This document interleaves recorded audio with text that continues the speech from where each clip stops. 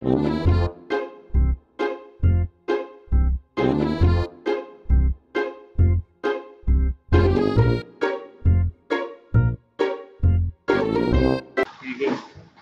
So guys, magkukunin tayo ngayon about sa multidimensional array. So dito start tayo sa paglagay syempre ng include IIS string. Tapos, kasi yung IIS string para dyan sa input-output. And then, pagkatapos nun, lagay naman natin yung include string. Para naman malagay natin yung mga variables like ito sa LeBron James, small forward, 1984 Los Angeles. After nun, lagay natin using name std. Para hindi na natin lagyan ng ano. Kunwari, after ng string pro players, lalagyan pa natin siya ng std. And then, after nun, lalagay na natin yung class. Class, then pro players. Para natin malagay natin yung array natin. Kailangan natin ng class para mapagsama-sama natin sila. And then, after nun, bracket. And then, kataas ng bracket na to, syempre nakakonect to. Yung bracket na to, nakakonect yan dito sa baba. Ayun. Para, yung bracket na to, nasasakop niya yung private and the public. After na, lalagay na natin yung private. Tapos natin nilagay yung private, lagay na natin yung string pro players. 10, yung 10 naman, ito yung columns. 1, 2, 3, 4, 5, 6, 7, 8, 9, 10. Kaya, ang ilalagay po natin is 10. And then, 4 rows. Kasi 1, 2, 3, and 4. After nun, itatype natin lahat yan. Kasi ito yung mga kailangan natin nilagay na mga pro players sa basketball, mga idol natin.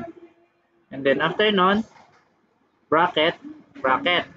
Kasi para masakop lahat to. Pagkatapos natin i-type tong mga to, itong bracket, may comma sa dulo para sumunod-sunod siya sa magkasunod-sunod sila sa index. Then after nun, we have the public. Dito na sa public, dito na natin siya i-see out. Dito na natin siya ilalabas or i-output. After ng pag-type ng public, void. Kataas kasi ng void. Yung void kasi para para lumitaw siya. Kung lumitaw yung index. Then display, type the display and then pro players. Yung pagkatapos ng display, dapat yung pro players niya is big letter. And then katugma niya yung mga sinulat mong small letter na pro players. Turn on, see out, enter basketball player index, and then see in index para ma-type natin yung yung gusto natin i-type na yung number index nila. After nun, if, tapos ito, open and close parenthesis, then index is greater than or equal to 0. So, mag-start tayo nun sa 0 dahil greater than or equal to 0. Tapos, lalagyan natin siya ng limit para hindi umabot sa 10. So, ang lalagyan natin is index is less than 10. So, matatapos siya nun sa number 9.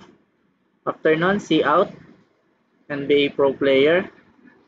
Siyempre, para ma-type natin dito para lumabas dito yung yung senior pro player. Like, kunwari si LeBron James. Then, pro players, index, tas 0. Kaya 0 is nag-i-start tayo nun. Tapos NL para mag-space. See out, position. Kunwari, si LeBron James ulit is small forward. Then pro players ulit lang din. Index 1. Pag index 1 kasi nun, ang lalabas nun is small forward. Makikita natin yan mamaya sa output. And then ulit lang din, birth date. Tapos papalitan lang ng index number 2. Then see out team, lalabas lang din doon. Pro players index number 3 para lumabas nun is yung team nila. And then, else nun, lalagyan natin ng else. Kasi pag lalagyan na natin ng else,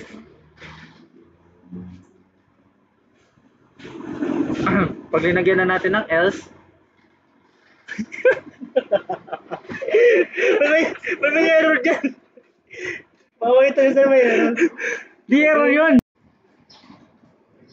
So guys, nag-break lang ako. And then, after nung see out number 2, lalagyan na natin yung see out is pro players, then index number 3 para lumabas yung team niya. Tapos lagyan natin siya ng else. Yung else naman, yun yung false. Kunwari, type mo 10. Lalabas nun is invalid index kasi yung number lang natin sa binary is 0 to 9. And yung mga linagay lang natin is 10 lang sila. Kasi yung kasi binary, mag-start yan sa 0, 1 to 9, and 1 to 10. Okay. After nun, tapos na tayo dyan, lagyan na natin ng semicolon. Tapos yung bracket mula dito hanggang dito para masakop niya yung yung public na yan, yung if else na yan, if else statement. Mula dito hanggang dito. And then after that, after ma-bracket, lalagay tayo ng int main para balagay natin yung integers natin like 1, 2, 3, 4, 5, 6, 7, 8, 9. And then pro players group, semicolon, para lumabas yung mga pro players natin like yung kung sinong gusto natin. Then group dot display pro player. Dinagay natin 0 kasi kunwari gusto niyo si LeBron James. So, ayan, palagay 0. I-compile na natin yan and i-run. 0. Dito na tayo sa output kasi kanina 'di ba input yung natin, mga cout. So yan LeBron James. Sa 0 to 9, ang lalabas lang is yung mga basketball player natin. Like ito si Stephen Curry is the 1, Kevin Durant 2, Giannis naman is 3, 4 si Nikola, Luka, 5, 6 si Jason, 7 si Joel, si Ja Morant naman is 9, and then 9 si Jimmy Butler. Pero pag ang linagay natin is 10, mag-error yan. So yung binary natin is 0 to 9 lang yan. 10 lang yan. 0, 1, 2, 3, 4, 5, 6, 7, 8, 9. Nag-start tayo sa 9. Isa pang example, 9. Yan. O, diba si Jimmy Butler lumabas. Yung pinaka-last natin. Okay guys, thank you. That's all.